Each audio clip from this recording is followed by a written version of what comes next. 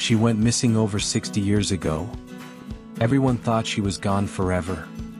But now she has been found, alive and well. She was just 20 years old when she disappeared. Nobody knew where she went. She started a new life in another place and told no one. She left home one day without a word.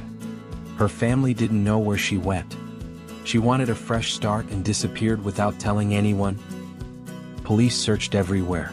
They asked her family and friends, but no one had answers. The mystery kept growing.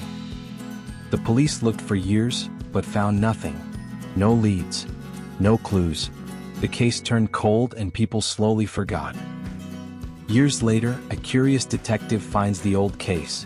He starts digging again, this time using the internet. And then, something amazing happens. The detective finds an old online record. It shows where the missing woman is living. She had been living a quiet life all along. Police visit her home and knock on the door. She answers, surprised and nervous. She didn't want to be found. She had created a brand new life in a different city.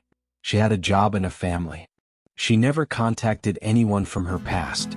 She wanted to stay hidden forever. She told police why she left. She needed to escape her past and start over. Now the mystery is finally solved. The truth is known. After 60 years, she finally shares her story. Her past, her pain, and her peace.